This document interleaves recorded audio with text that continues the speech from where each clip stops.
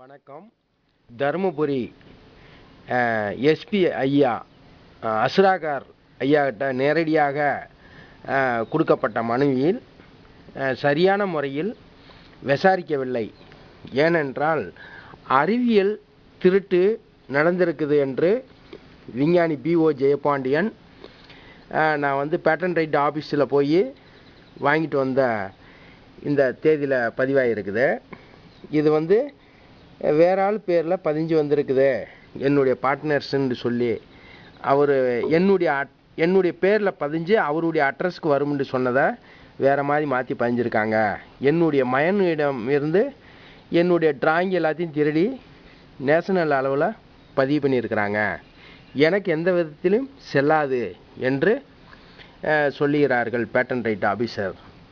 ஆனால் நான் எழுதி அனுப்பிச்ச எல்லா டாக்குமெண்ட்ஸும் என் பேர் இருக்குது, ஆனால் எனக்கு உரியது இல்லை. இந்த கருவி அனைத்துமே நான் எழுதி பத்திரமெல்லாம் எழுதி கொடுத்துருக்கேன். என்னுடைய பார்ட்னர்ஸ்கிட்ட பணமும் இடமும் அவருடைய கண்ட்ரோலு, கண்டுபிடிப்பு என்னுடைய கண்ட்ரோல்னு சொல்லி தான் இறங்கியிருந்தோம் இந்த வேலையில்.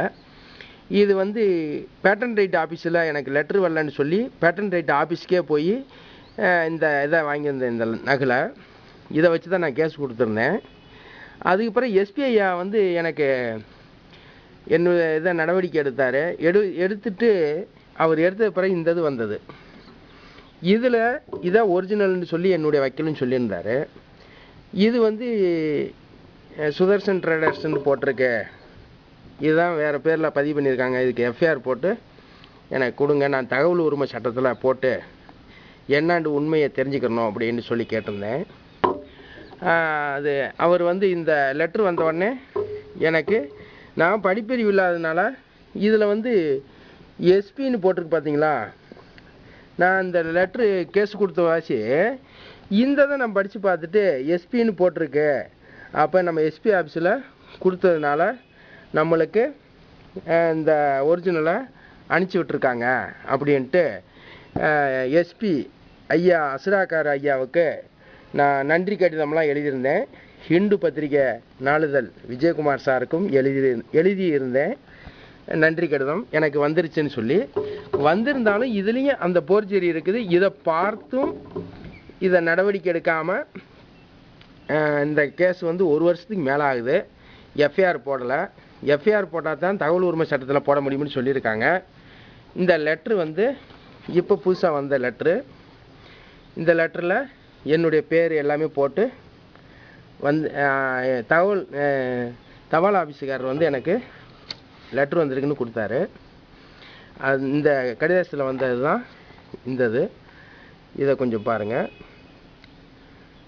இதெல்லாம் சொல்வதெல்லாம் உண்மை நிகழ்ச்சிக்கு போய் இப்போ காவல்துறை அதிகாரிகள் சரியான முறையில் செயல்படுகிறார்கள் என்று சொல்கிறாங்க.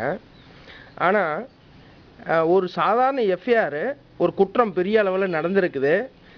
பேட்டன் ரைட் ஆஃபீஸரு என்னுடைய சன்னு படித்த பள்ளிக்கூடத்துலேயும் ஒரு 4 பேர் மேலே ஒரே டயத்தில் கேஸ் கொடுத்தேன். அது தனித்தனி முறையாக எழுதி கொடுங்கன்னு சொல்லி முதலமைச்சர் தனிப்பிரிவிலேருந்து எனக்கு அந்த இதை விசாரித்தாங்க.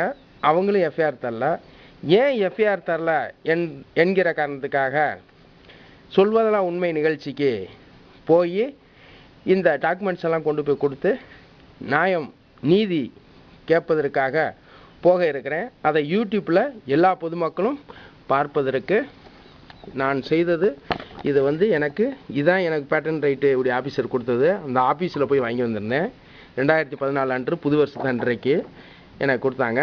இது அதுக்கு பிறகு வந்தது. எஸ்பி ஐயாவுக்கு நான் பெட்டிஷன் கொடுத்தது பிறகு இதன் பேரில் நடவடிக்கை எடுத்து எனக்கு எஃப்ஐஆர் கொடுக்காதது ஏன் என்று சொல்வதெல்லாம் உண்மை நிகழ்ச்சிக்கு போய் என்னுடைய நியாயத்தை கேட்கலாம்னு திட்டமிட்டிருக்கிறேன் என்பதை தெரியப்படுத்தி கொண்டு விடைபெறுகிறேன்.